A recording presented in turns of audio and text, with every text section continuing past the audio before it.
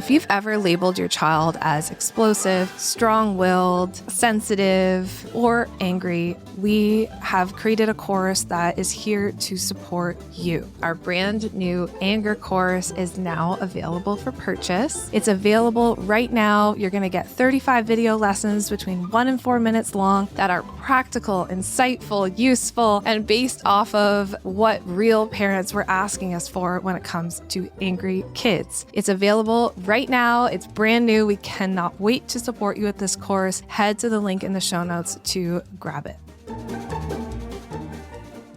Hello and welcome. Welcome.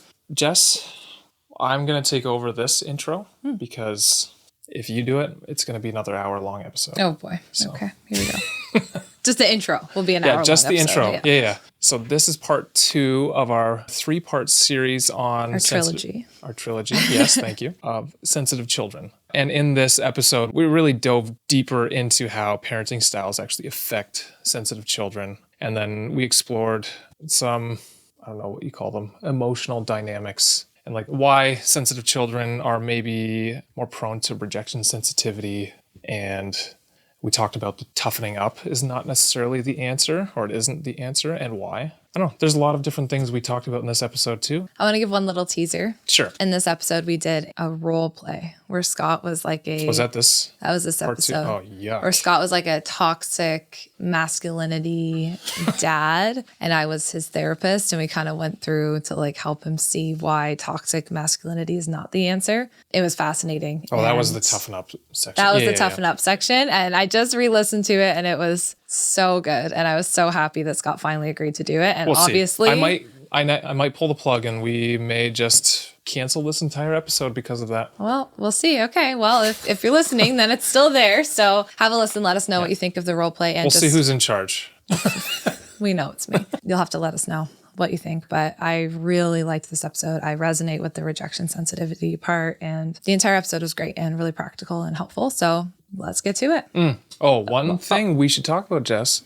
This is part 2. If you haven't listened to part 1 yet, we would definitely recommend that you go back and listen to that one, because that episode is a lot more of the foundations to understanding sensitivity, and some things that we're talking about in this second part may make more sense if you've listened to the first part already. Yeah, so start with the first one, part 1, and then come back and listen to this episode, and let's get into it. Cool.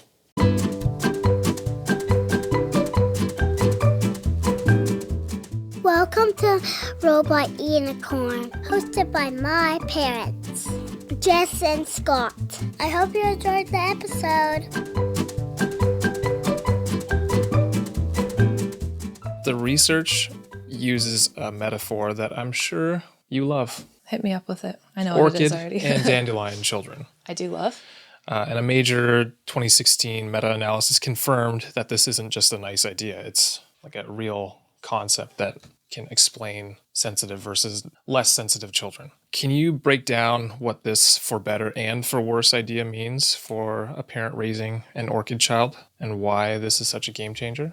So if you need a reminder, for better is if you're using warm, authoritative parenting style, that in the end, the parenting you use with the orchid child will help them even more. So they may be even more, let's say, quote unquote, successful, and they will have potentially better life outcomes from the way you parent. But they will also have the exact opposite of that, which is if you parent them terribly and you either give in to them, or you are authoritarian and you're the dictator in the house and it's because they said so, that will then cause far worse outcomes for the highly sensitive or orchid child. I think that it's so important to talk about that. And I think about our orchid kids. It's just, of course, they're so sensitive. And part of this sensitivity is they're truly looking to their parent as the leader and as the person who's going to guide them and help them through whatever's going on for them. And our easygoing or more flexible children, of course, they're also looking to the parent, right? And of course, the way that the parent parents them or disciplines them is going to have an impact on them as well. But our more flexible children also have something within them that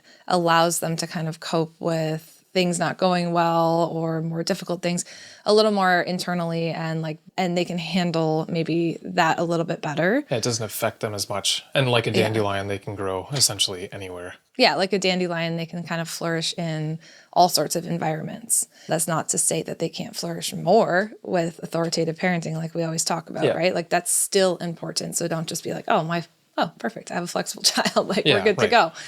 But let's think of the sensitive child. And like we had already talked about the sensitive kids, the way that they perceive emotions, the way I find that I'm constantly talking about rejection sensitivity with my parents I worked with of sensitive kids, right? And so the rejection sensitivity, what that means is when they feel that there's possibly someone rejecting them, and rejection can look all sorts of ways. Like it can look like their parent just not listening to them. It can look like, that little flippant comment that you make to your child about something that you don't think they're going to think is a big deal, but now they can't stop thinking about it. They handle rejection and take rejection in such a deep way. And so for some children, when they feel rejected by their parents or by peers or by teachers, it comes out in like this shield that I almost imagine going up, and it's like, I refuse to let you reject me anymore. And so they act like they don't care.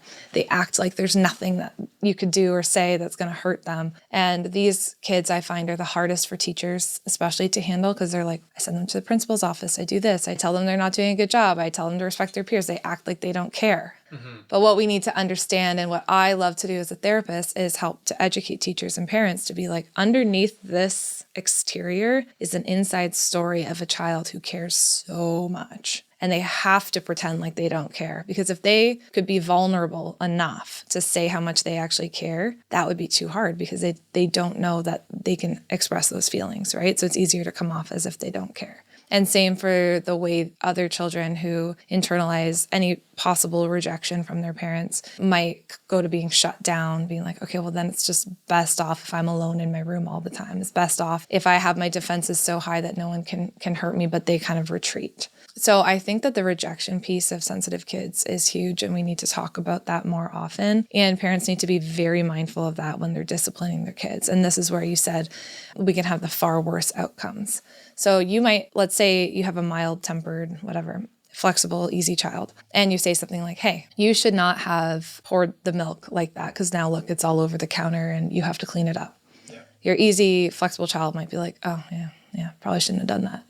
Whatever, mom, I'll clean it up. Whereas your sensitive child might hear the same thing and might be like, oh my goodness, mom said I had to clean this up. Oh, now she's mad at me, and I don't know if I can handle her being mad at me, and this is so hard, and I can't believe I made this mistake. Like, why would I make a mistake like this? And they kind of start to spiral, and then they go run and hide under the table, right? I remember when our sensitive child loved to hide under tables. Anytime we would just say the most simple thing to her. I mean, she still does it less frequently now, but she will still do it sometimes. She'll sometimes hide under a table, right? And so in those moments, you have the choice of like, am I going to parent this child or discipline the same way as I do my easygoing one? Or do I need to work with their sensitivity and let them know I can tell them they did something wrong and they're still loved and I'm still on their team? Well, isn't that how you should be? Yeah, but you might not need to do that for your easygoing child, because they might just already know that, right? Like if I think... So you're saying you already have a style of parenting because maybe your oldest is this way. Yeah.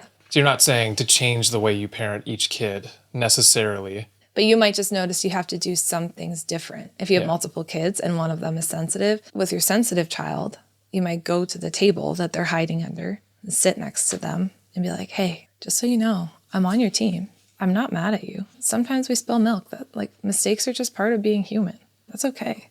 And when I ask you to clean up the milk that you spilled, I'm not mad about it. That's just part of being human. And whenever I make a mistake, I have to clean it up too. So I'm on your team here. So why don't we get out from under the table together and let's go wipe down the counter together. And what you do in that moment when you're coaching them through how to respond to a situation is you're saying, you can tolerate me telling you did something wrong, right? So we're not going to bubble wrap them and just never tell our sensitive child they did something wrong for fear of how they're going to handle it. Yeah. And I'm going to show you through my actions that doesn't mean I hate you or don't love you or that you're terrible because you've made a mistake. I'm going to show you that you can handle this. And you still love them. And I still love you. And eventually the sensitive child might learn to be able to handle when you say something like, hey, let's clean up the milk. And they might be able to take that on themselves and be like, okay, mom asked me to clean up the milk and she's still on my team and she still loves me. And sometimes everybody makes mistakes. So it's okay. I can just clean up the milk.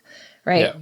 That's an example of how just these kids just perceive our discipline in such a deep way that they are going to require more coaching and more support and more things like, and I still love you, and I'm on your team, and I'm right here with you, and I know you're capable of hard things. And if we don't do that, I can see where you're coming from, that the outcomes for them could be far worse because maybe they grow up their whole life thinking... It's not even an opinion. That's actually that's based on a huge meta-analysis in 2016. They saw that if parents were authoritative, so they were high on warmth and high on demandingness, there were far better outcomes for the children that were sensitive. Yeah. So I think that's important for parents who have a sensitive kid to understand, because I feel like, and you tell me what you think, Scott, because you see this just in day-to-day life, people often have two approaches for sensitive kids. So it's either like they need to toughen up, and the real world, you can't be this sensitive. And so they just kind of are like force them to do the hard things and, hey, don't be so sensitive. That's not going to work for you in the real world.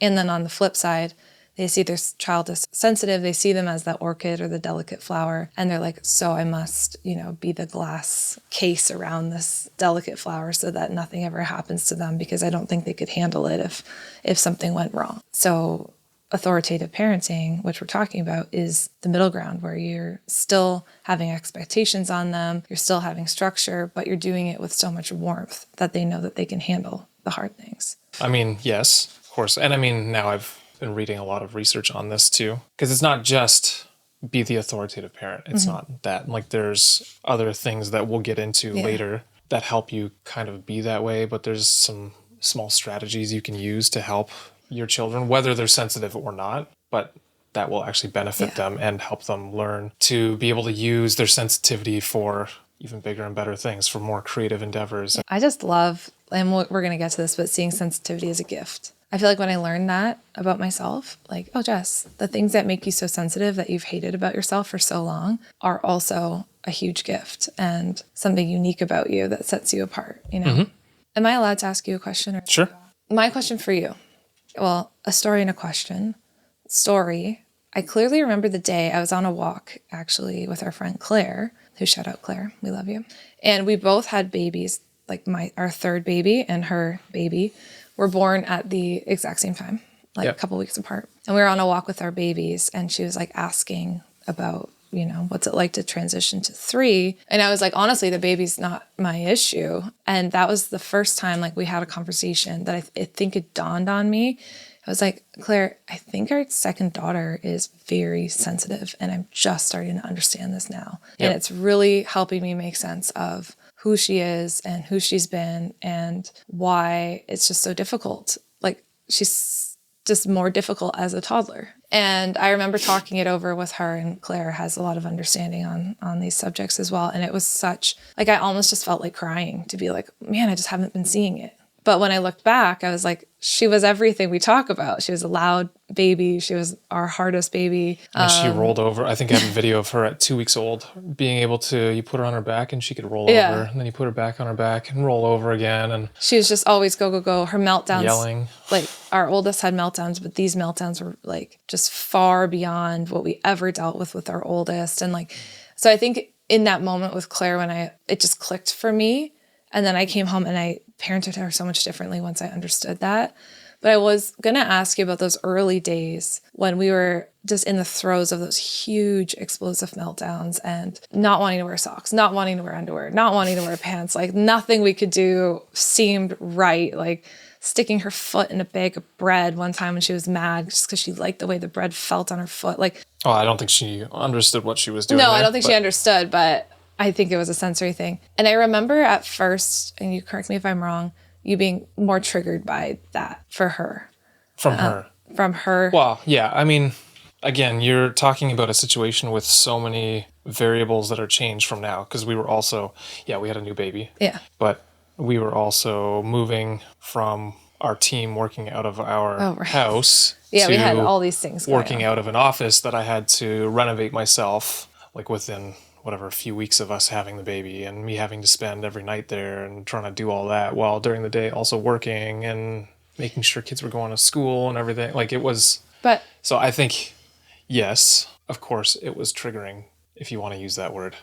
Yeah, not really. But I just think it was such a different situation that we lived in at that time was it because of that specifically that probably helped? It was probably a part of it, but I don't know if it was in this time of life that we're in now, if it would have been the same. But let me bring back what I mean about triggering is I feel like during that time when we kind of started to recognize what was going on, it brought back a lot for you and we had a lot of conversations of like, oh, this was probably what I was like as a child. And I feel in that way. Yeah, that's what I mean by triggering of like, we had a lot of conversations of, oh, this is how I was probably like as a child. Yeah. And as we responded to her, keeping her sensitivity in mind and coaching her through, we talked a lot about how different things might have been for you if you had that parenting that we talk about here on this podcast, right? Yeah. And so that's more what I mean by triggering, like watching her, seeing your child feel these things and then be like, oh, wow, there's a totally different way of responding. That's not, you're too much, you're too sensitive, And that's what I mean. And I feel like a lot of parents get triggered by that. And by triggered, I mean, it just brings up their own memories of being a sensitive child. Yeah, I guess probably did. Mm-hmm. I mean, there was other stuff that was going on too that also was at the probably same time, triggered. Yeah. Right? So I don't know. It's hard for me to say. I know everything in life. So it's all intertwined. It's very complex. What I will say though, is that our middle daughter and I feel like have bonded very much over that. Like even how much she loves the taste or the texture of certain foods I can relate to, where I don't think anyone else in the family can relate to that. So the two of us have kind of bonded over a few of those things, and I just find some of them so cute. And this little girl, who's just like so intense or passionate about everything she does. And that's what I was trying to get at. Like I felt like at first it was, oh man, I was like this as a kid, and not knowing how to respond, but then as you learned how to kind of respond and help her with her sensitivity, it became this huge way of bonding with her. And you had this like understanding of, oh, I get why she doesn't want those socks on. Yeah. Like, I feel like sometimes you'd have to say to me, Jess, like, you need to understand the way that those feel on her body is like terrible and awful. And like, it makes sense that she's so mad about wearing them because I would never wear socks that look like that either. You know what I mean? 100%. So I think that I talked to you about like the underwear thing too. And how, I have underwear now that I specifically like. Yeah. And I tried a different one recently, but it didn't work. So I had to go and buy the ones that I've always bought. And that's what I mean by like, you were able to coach me on some things that I feel like otherwise I was getting so frustrated with, like, just wear the underwear. Like, who cares? Because it doesn't bother me in the same way where you're like, Jess, it bothers her. It's not just her trying to drive you nuts. Like, so I feel like maybe triggered was a bad way to describe it, but it gave you a sense of understanding for her. And still. I feel like she and I have, like I said, bonded over the fact that we're both a little more sensitive to everything, both good and bad.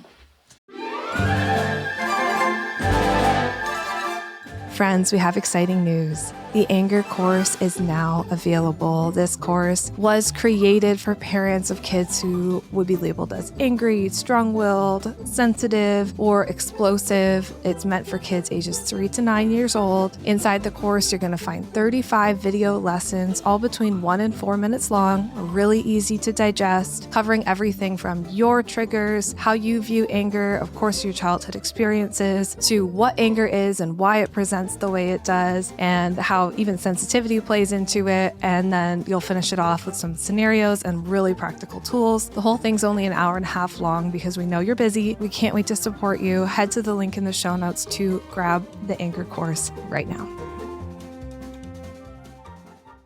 Okay, let's go back to, you were talking about one of the methods for raising kids that are a little more sensitive is just to get them to toughen up.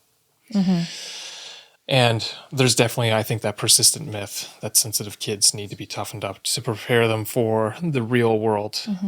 I am on YouTube, and I think as a male, I get more videos of these, I don't know what you want to call them, masculinity experts, influencers, douchebags, whatever you want to call them. They're truly assholes. Oh, my word. Anyways. There's the feisty. And it's all about just toughening up. And how can I say this without getting too political? There are certain things that are being said that it's just like, oh, you just have to deal with it. That's the way life is. You just have to toughen up. We have too many snowflakes now. The snowflakes, that's always a favorite for me. We have to teach people that this is the reality. So my question to you, first of all, is what does the science of attachment theory tell us about why that approach backfires? So getting kids to toughen up. And why is creating a secure base for these kids so critical, specifically for sensitive children? I do have a follow-up after this. Okay. There's just so much in this question, so I'm just thinking of the best place to start. I'm thinking about the phrase toughen up, and then I'm thinking about the aggressive boys that I work with, right? So a lot of the boys that end up coming into my practice, they come in because they're aggressive and angry. And parents are like, I don't know why they're so aggressive and angry. And we kind of look back to their earliest years, and what we often learn is they were a sensitive child, right? How do I know that? Because I'm asking questions about what were they like as a baby? What were they like as a toddler? And often what I hear is like, we knew he couldn't be this sensitive in real life, right? These are good parents who I think a lot of the time just wanted what was best for their kid, right? So we knew that he couldn't go through life having these huge explosive meltdowns all the time and like getting mad at everyone. So at an early age, we would try and like force him to like toughen up. We were pretty hard on him when he would have these meltdowns because he can't, you can't be a boy and have meltdowns like that. So stop, be a big boy, stop crying, toughen up. But what's happening actually is we're actually just saying shove it down. That's like when I hear tough it out, I hear shove it like deep, deep down. Is it shove it down, or I would imagine likely in that scenario, the parent is getting angry at their kid for having a meltdown or being angry or crying. So then they're seeing that's the acceptable. Both, right? So I'm yelling at you and I'm telling you not to yell. That's confusing. But I'm yelling at you not to yell. And so basically what I'm saying is if you yell, then I'm going to be mad at you. What do we know about kids? The most important thing to them is being in good relationship with their parents, right? Above all else. So then I'm learning, okay, I have to shut down my emotions and not yell and not get mad so that my parent's happy with me. But we're not actually saying, where do these emotions go, right? And I love the idea of like emotions need motion or there's like a feeling in your body that's paired with this emotion. So for so long, you can kind of like keep it at bay, but then eventually it has to come out. And what I've learned now is the only acceptable way as a male for this emotion to come out of my body is through yelling. Yeah, I would say historically, and it's still prevalent to this day, I think there are gendered expectations for how you react to the world. Right. Men should be tough. Men should be tough. So then now your child has learned, I have to shove it down, my tears, I can't cry, that's not very manly, I have to toughen up. And if I do have to let out my emotion, the only way that's actually okay for me to do that would be through anger because that's what's been modeled to me. Yep. And they're gonna have to release those emotions because emotions need somewhere to go. And so you can bottle it up for so long and then you get really mad. And so then what I'm seeing in these aggressive kids is maybe for a little bit, they could kind of bottle up their emotions, but eventually it comes out, especially once they get to school age and like they're also sensitive. So school is a long day for a sensitive kid.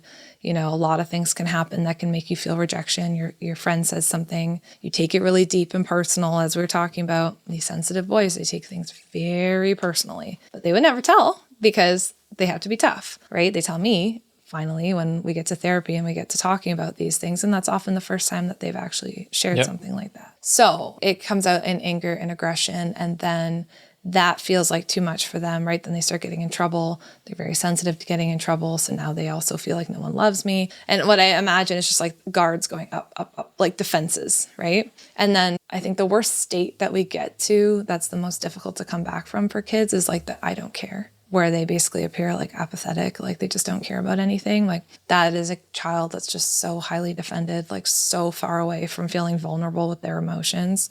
And we can work with it, but I find that when they're at I don't care, and a lot of sensitive kids get there because they have to, because if they care, they don't know how to deal with those feelings. That often comes out in like bullying and, right, because they're like acting like they don't care. Now they got to make someone else feel small the way that they feel. Yeah. And it's tough. But to come back to it, the toughen up thing, that's how we see that play out in our sensitive kids. And that's why they get attracted to that type of manosphere content that you're talking about, because it's like, well, maybe that's the answer to my problem, like just to be this tough man. But I feel like underneath so many of those people are sensitive little boys who have just had to put these defenses so far up, and they become that apathetic, like we were talking about. In reality, they just like, they're trying to make so much distance between themselves and vulnerability and crying because it just feels so unsafe to do so. So if you had the opportunity to sit across from someone who is an influencer in that space. Oh my word. I don't know. Oh, I'd be triggered as a woman, I'm sure, but. Well, the fact that you say triggered would probably be like, this is the exact problem we're trying to combat here. No, I would never say that to them. How would you convince, in their words, this alpha male that the way they are raising their child to toughen up is not the best way to raise them? Because in their mind, I'm just going to imagine they think that I'm building this child who's going to be resilient, who's going to be assertive, who won't let other people steamroll them through life so they can get ahead. So, I mean, something I'm proud of in my practice is that I do a really great job, I think, with skeptical dads, but I feel like alpha male and skeptical dad are two very different things. Yeah. I mean, the reality is I could see having a conversation with this kind of person. You're not going to be able to convince them, but I just... hypothetical wise, okay. I want to have this conversation with you to see what you would say. Hypothetically, if I was in that situation, I don't think it would be one conversation. It would have to be many. Right. What I would have to do if I ever wanted to get an alpha male to understand what they're doing is wrong, first I'd have to find my own alpha stance, and I wouldn't be allowed to show them that. This is like a bully. Like I always teach kids with bullies, like you don't show the bully that they're hurting your feelings, right? Yeah. So I would kind of have to find my own alpha leadership stance in that. And I have to do this in therapy too, sometimes. And I would have to show that like their comments aren't going to have the effect on me that they're hoping for. So I'd have to start there and like have a lot of confidence. The other thing I would have to do is I would have to earn their trust. And there's no way that I could help that alpha male unless I earn his trust and get down to a point where he could be vulnerable. And so I would have to find ways to talk to him about things that are important to him. I might have to find an area of like, is there any softness anywhere? Like, does he have softness towards a sister, a mother? Like, is there anyone in his life who there's a softness to? And I'd have to try and find my in through that. Mm-hmm. I'd have to maybe help him remember his earlier years, like before he had to toughen up, because all I would know of like those alpha males is that this served them for a really long time and they had to be this way. And like, so it actually come out Well, and to be fair, I think a bunch of them are probably making bank preying on people who want to right, of course. not be steamrolled anymore. They're very sensitive. They probably cry at night, or they numb themselves out with video games and like busyness. And I mean, that's the other thing I see in these sensitive boys I work with. Like when the aggression and the feelings get too much, they just numb themselves out with video games. That's why they love them, right? Mm-hmm. And that's why they watch countless hours of YouTube, so I don't have to think. I don't have to think about how sensitive I am. So like, I think I would just come at it. I come at those people who feel that way with a lot of compassion and with a lot of understanding that it serves them to act this way. They had to act this way to protect themselves. And they only cannot act that way if they can be safe to feel vulnerable. Right, but I guess to play devil's advocate here, a person in that situation might be like, well, it serves me well, so why would I want to even change what I'm doing because you're saying some attachment theory says this is not necessarily better. Yeah, but I would never come at it with them by like trying to teach them anything new. Like if I was in a room with them. Which is fine. But again, how, like, I guess my question is, why is toughening a child up not acceptable? Because it means then they are stronger individual in their classroom or on the playground or whatever. So they're not going to be the ones getting bullied. So I can foresee how someone in that situation might be like, well, this is actually beneficial for, let's just say, my son to be this way, because then he's not going to be taken advantage of. Of course. If anything, he can maybe take advantage of other people because I don't care. That's fine. It's a zero-sum game. I would say, of course, we have the same goal. We don't want your son to be taken advantage of, and you want your son to be able to handle hard things and not like run home crying after every single day at school, and you want him to have some grit and be resilient. I think we have the same goal there. I think there's multiple ways of achieving that goal. One way of achieving that goal is through trying to shut down his emotions, yelling at him, trying to make him like a real man's man from a very early age. But the problem with your goal, like the way of achieving it that way, is that he's still not going to know how to handle his tough emotions. So he's going to have to find other ways to cope. The way I would want to do and achieve the same goal actually as you, where he's tough at school, he can handle hard things, he can have hard discussions, and he has resilience and grit.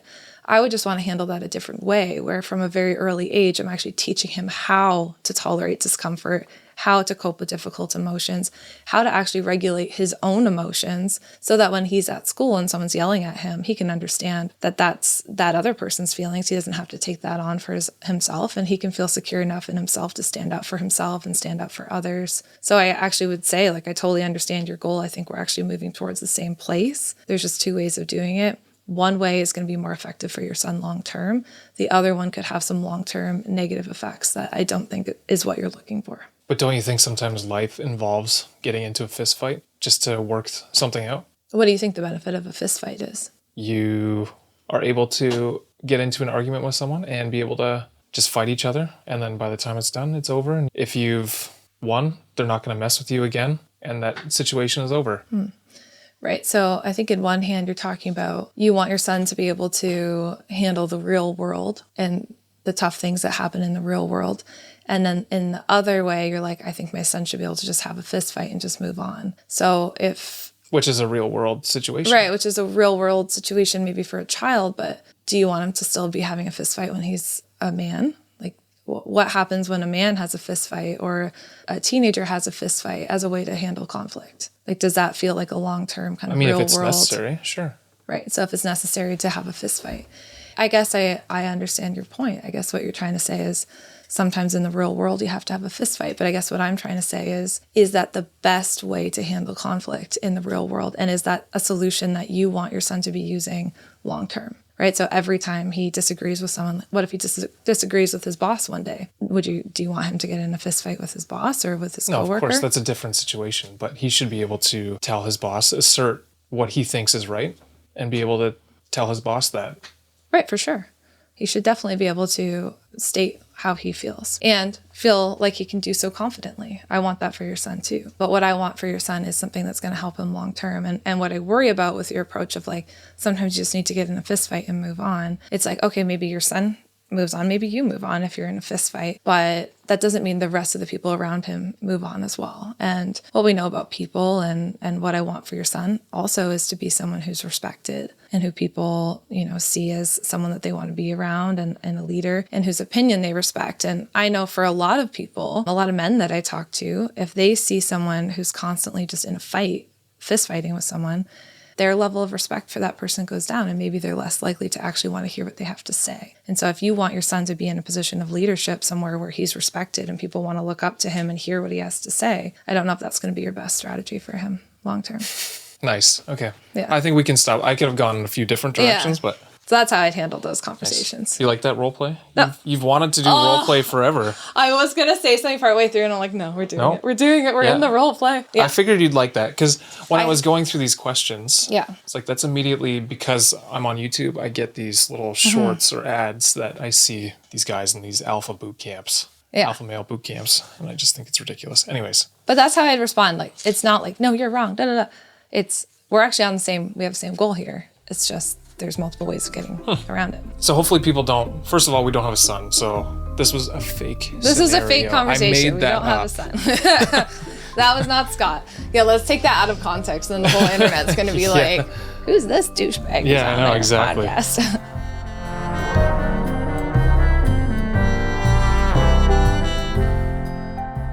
Okay, well, Jess wants me to conclude this episode, and I thought it was because she thought my conclusions were funny, but she quickly shot that down.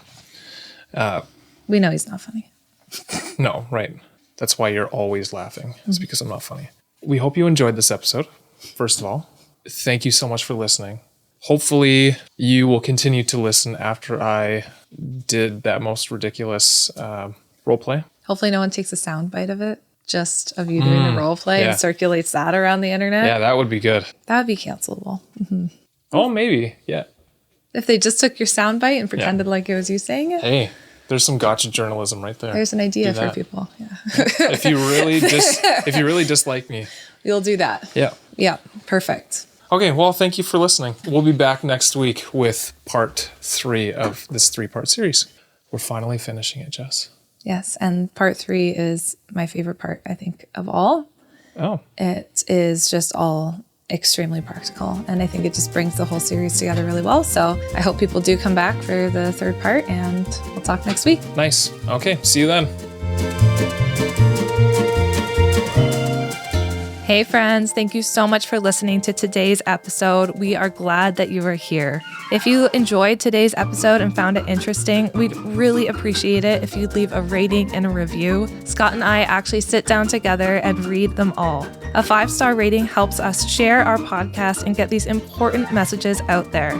Thank you so much for listening, and we can't wait to talk to you again next time.